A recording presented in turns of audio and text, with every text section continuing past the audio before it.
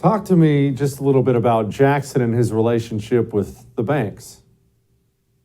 Yeah, that's a great question. And it's one of those things where Jackson, I think, really comes across as a defender of the common man.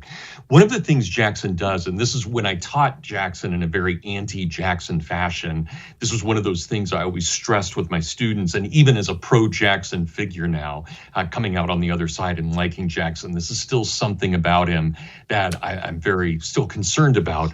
The first six presidents of the United States, so basically George Washington up through John Quincy Adams, had always stressed that they were merely the chief executives, that is, the executors of the law, and nothing more than that. Jackson, in taking on the second bank of the United States, takes on this image that he himself, as president, is the great representation of American democracy, not the House of Representatives, but Jackson himself.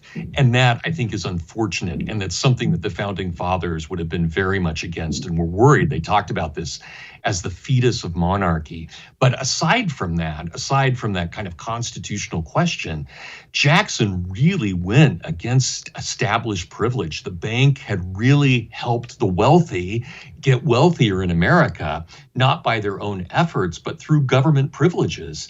And Jackson thought this was just incredibly unfair that you would use an institution of the United States government to promote the wealthy, especially against hardworking Americans. And Jackson would talk in language of the productive citizens against the parasitic citizens. And the parasitic were those wealthy who used government privilege for their own benefit. So Jackson was stunning. I mean, it just, as a debater, as an orator, as a thinker, I really think the best of Jackson comes out when he's dealing with the actual political economy of the bank and showing that this is a thing that's detrimental to American republicanism.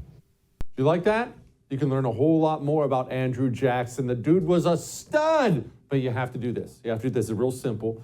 thefirstTV.com/support. You do know that this human being got attacked by an assassin when he was 70 some years old and almost beat someone to death with his cane, right? Yeah. thefirstTV.com/support. You enjoyed that. You'll enjoy the whole thing. Trust me.